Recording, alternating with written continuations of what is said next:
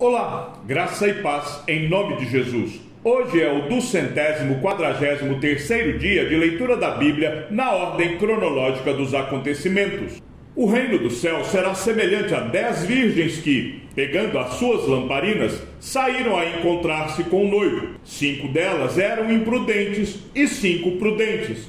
As imprudentes, ao pegar as suas lamparinas, não levaram óleo consigo. Mas as prudentes, além das lamparinas, levaram óleo nas vasilhas. E como o noivo estava demorando, todas ficaram sonolentas e adormeceram. Mas à meia-noite ouviu-se um grito: eis o noivo, saiam ao encontro dele. Então todas aquelas virgens se levantaram e prepararam as suas lamparinas. E as imprudentes disseram às prudentes: dei a nós um pouco do óleo que vocês trouxeram, porque as nossas lamparinas estão se apagando. Mas as prudentes responderam: não, porque então vai faltar tanto para nós como para vocês. Vão aos que o vendem e comprem óleo para vocês. E saindo elas para comprar, chegou o noivo, e as que estavam preparadas entraram com ele para a festa do casamento, e fechou-se a porta. Mais tarde, chegaram as virgens imprudentes, dizendo: Senhor, Senhor, abra a porta para nós. Mas o noivo respondeu: em verdade lhes digo que não as conheço. Portanto, vigiem, porque vocês não sabem o dia nem a hora. Pois será como um homem que, ausentando-se do país, chamou os seus servos e lhes confiou os seus bens. A um deu 5 talentos, a outro deu 2 e a outro deu 1, de acordo com a capacidade de cada um deles, e então partiu. O servo que tinha recebido 5 talentos saiu imediatamente a negociar com eles e ganhou outros 5. Do mesmo modo, o que tinha recebido 2 ganhou outros 2. Mas o servo que tinha recebido 1 talento, saindo, fez um buraco na terra e escondeu o dinheiro do seu senhor. Depois de muito tempo, o senhor daqueles servos voltou e fez um ajuste de contas com eles. Aproximando-se o que tinha recebido 5 talentos, entregou outros 5, dizendo: o senhor me confiou 5 talentos, eis aqui outros 5 que ganhei. O senhor disse: muito bem, servo bom e fiel. Você foi fiel no pouco, sobre o muito o colocarei. Venha participar da alegria do seu senhor. E aproximando-se também o que tinha recebido 2 talentos, disse: o senhor me confiou 2 talentos, eis aqui outros 2 que ganhei. Então o senhor disse: muito bem, servo bom e fiel. Você foi fiel no pouco, sobre o muito o colocarei. Venha participar da alegria do seu senhor. Chegando por fim o que tinha recebido 1 talento, disse: sabendo que o senhor é um homem severo, que colhe onde não plantou e ajunta onde não espalhou, fiquei com medo e escondi o seu talento na terra. Aqui está o que é seu. Mas o senhor respondeu: servo mau e preguiçoso, você sabia que eu colho onde não plantei e ajunto onde não espalhei. Então você devia ter entregado o meu dinheiro aos banqueiros, e eu, ao voltar, receberia com juros o que é meu. Portanto, tirem dele o talento e deem ao que tem 10, porque a todo o que tem, mais será dado, e terá em abundância. Mas ao que não tem, até o que tem lhe será tirado. Quanto ao servo inútil, lancem-no para fora, nas trevas. Ali haverá choro e ranger de dentes. Quando o Filho do Homem vier na sua majestade, e todos os anjos com ele, então se assentará no trono da sua glória. Todas as nações serão reunidas em sua presença, e ele separará uns dos outros, como o pastor separa as ovelhas dos cabritos. Porá as ovelhas à sua direita e os cabritos à sua esquerda. Então o rei dirá aos que estiverem à sua direita: venham, benditos de meu Pai, venham herdar o reino que está preparado para vocês desde a fundação do mundo. Porque tive fome, e vocês me deram de comer. Tive sede, e vocês me deram de beber. Eu era forasteiro, e vocês me hospedaram. Eu estava nu, e vocês me vestiram. Enfermo, e me visitaram. Preso, e foram me ver. Então os justos perguntarão: quando foi que vimos o Senhor com fome e lhe demos de comer, ou com sede e lhe demos de beber? E quando foi que vimos o Senhor como forasteiro e o hospedamos, ou nu e o vestimos? E quando foi que vimos o Senhor enfermo ou preso e fomos visitá-lo? O rei, respondendo, lhes dirá: em verdade lhes digo que sempre que o fizeram a um destes meus pequeninos irmãos, foi a mim que o fizeram.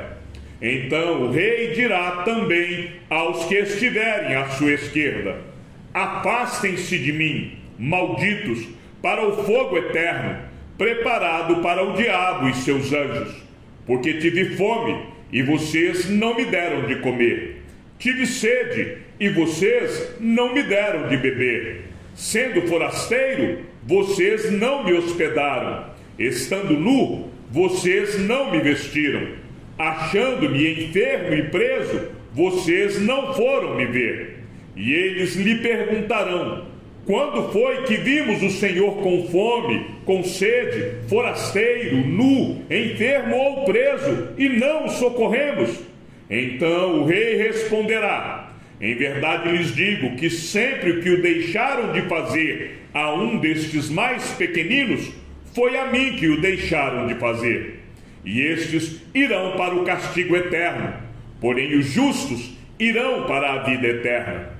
Quando Jesus estava em Betânia, na casa de Simão, o leproso, aproximou-se dele uma mulher, trazendo um frasco feito de alabastro com um perfume precioso, que ela derramou sobre a cabeça de Jesus, estando ele à mesa. Vendo isto, os discípulos ficaram indignados e disseram: para que este desperdício? Este perfume poderia ter sido vendido por muito dinheiro para ser dado aos pobres. Mas Jesus, sabendo disto, lhes disse: por que vocês estão incomodando esta mulher? Ela praticou uma boa ação para comigo, porque os pobres estarão sempre com vocês, mas a mim vocês nem sempre terão. Porque, derramando este perfume sobre o meu corpo, ela o fez para o meu sepultamento. Em verdade lhes digo que, onde for pregado em todo o mundo este evangelho, também será contado o que ela fez para a memória dela. Quando Jesus estava em Betânia, fazendo uma refeição na casa de Simão, o leproso, veio uma mulher, trazendo um frasco feito de alabastro, com um perfume muito valioso, de nardo puro, e quebrando o frasco, derramou o perfume sobre a cabeça de Jesus. Alguns dos que estavam ali ficaram indignados e diziam entre si: para que este desperdício de perfume? Este perfume poderia ter sido vendido por mais de 300 denários para ser dado aos pobres, e murmuravam contra ela. Mas Jesus disse: deixem a mulher em paz, porque vocês a estão incomodando. Ela praticou uma boa ação para comigo, porque os pobres estarão sempre com vocês, e quando quiserem, podem fazer-lhes o bem, mas a mim vocês nem sempre terão. Ela fez o que pôde, ungiu meu corpo antecipadamente para a sepultura. Em verdade lhes digo que, onde for pregado em todo o mundo o evangelho, também será contado o que ela fez para a memória dela. Quando Jesus acabou de proferir estas palavras, disse aos seus discípulos: vocês sabem que daqui a 2 dias será celebrada a Páscoa, e o Filho do Homem será entregue para ser crucificado.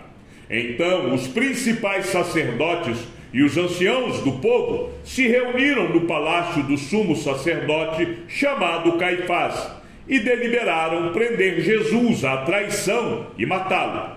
Mas diziam: não durante a festa, para que não haja tumulto entre o povo. 2 dias depois seria celebrada a Páscoa e a festa dos pães sem fermento. Os principais sacerdotes e os escribas procuravam uma forma de prender Jesus à traição para matá-lo, pois diziam: não durante a festa, para que não haja tumulto entre o povo. Estava próxima a festa dos pães sem fermento, chamada Páscoa. Os principais sacerdotes e os escribas procuravam uma forma de matar Jesus, porque temiam o povo. Antes da festa da Páscoa, sabendo Jesus que era chegada a sua hora de passar deste mundo para o Pai, tendo amado os seus que estavam no mundo, amou-os até o fim. No primeiro dia da festa dos pães sem fermento, os discípulos vieram a Jesus e lhe perguntaram: onde quer que façamos os preparativos para que o Senhor possa comer a Páscoa? E ele lhes respondeu: vão até a cidade, procurem certo homem e digam: o mestre diz, o meu tempo está próximo. É em sua casa que celebrarei a Páscoa com os meus discípulos. E eles fizeram como Jesus lhes havia ordenado e prepararam a Páscoa.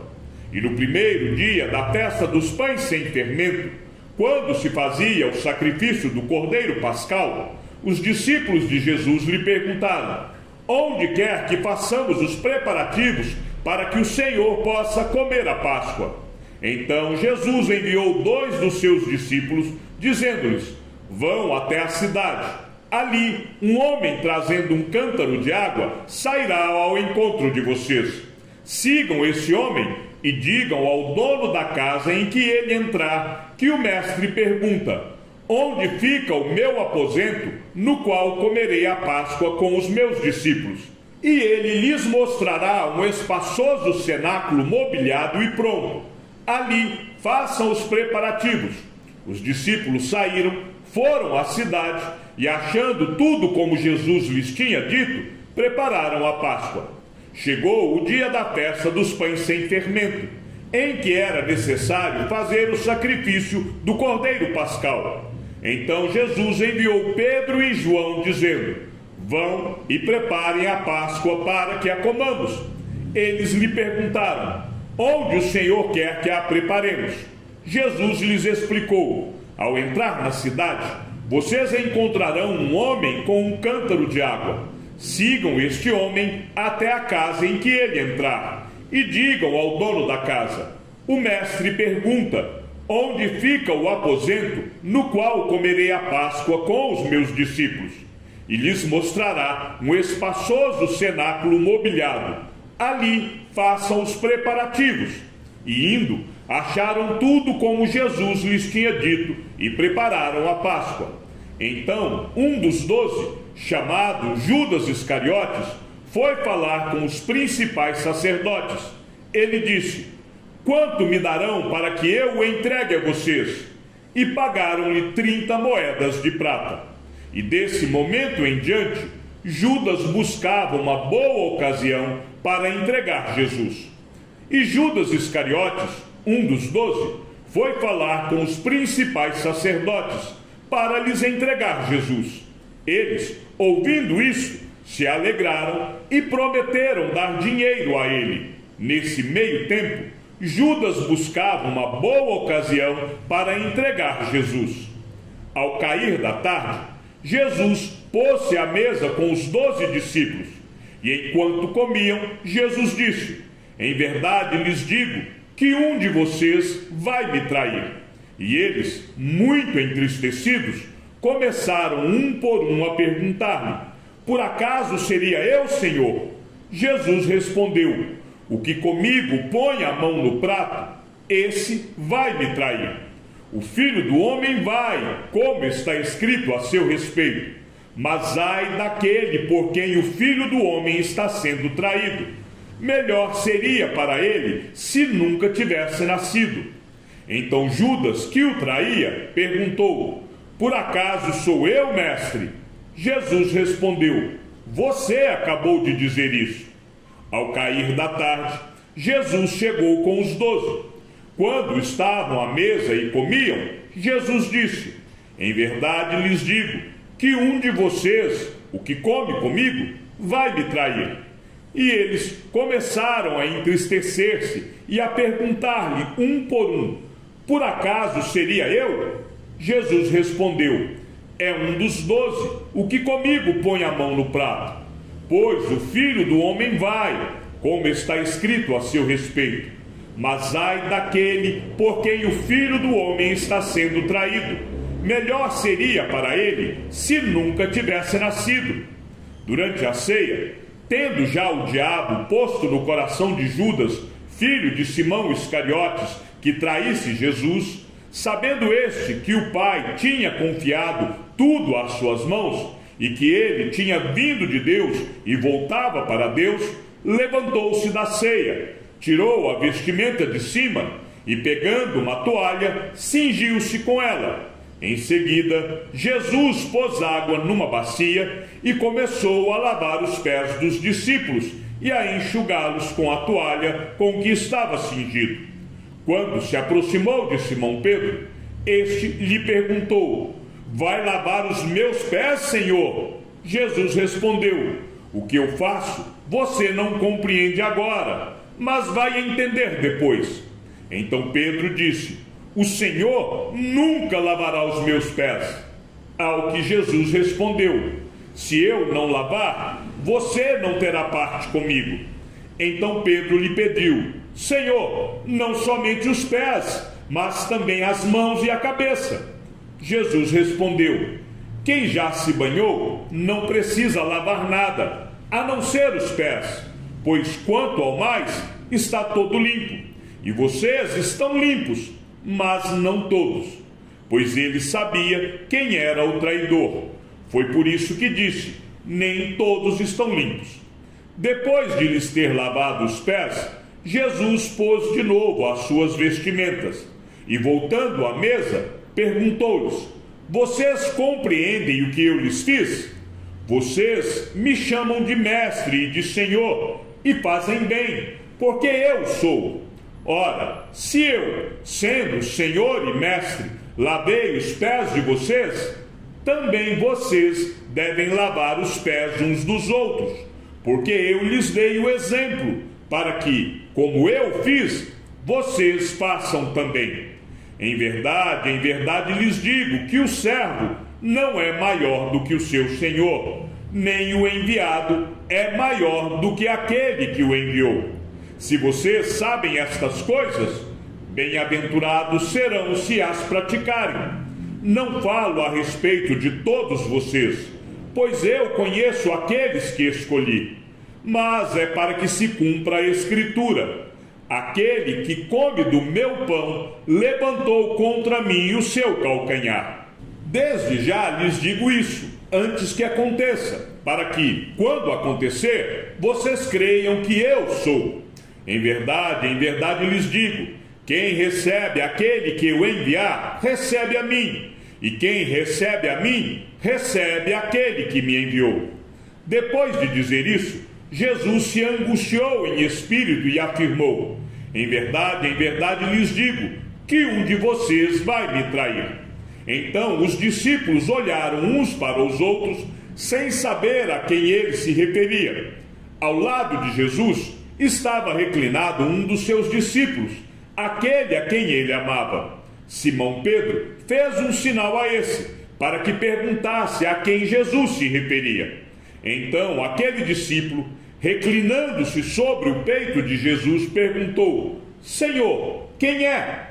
Jesus respondeu: é aquele a quem eu der o pedaço de pão molhado. Então Jesus pegou um pedaço de pão e, tendo-o molhado, deu a Judas, filho de Simão Iscariotes. E depois que Judas recebeu o pedaço de pão, imediatamente Satanás entrou nele. Então Jesus disse a Judas: o que você pretende fazer, faça-o depressa. Nenhum dos que estavam à mesa entendeu por que Jesus tinha dito isso, pois, como Judas era quem trazia a bolsa do dinheiro, alguns pensaram que Jesus tinha dito a ele: compre o que precisamos para a festa, ou então que havia solicitado que desse alguma coisa aos pobres. Assim, tendo recebido o pedaço de pão, Judas logo saiu, e era noite. Enquanto comiam, Jesus pegou um pão, e abençoando, o partiu e deu aos discípulos, dizendo: tomem, comam, isto é o meu corpo. A seguir, Jesus pegou um cálice, e tendo dado graças, o deu aos seus discípulos, dizendo: bebam todos dele, porque isso é o meu sangue, o sangue da aliança, derramado em favor de muitos, para a remissão de pecados.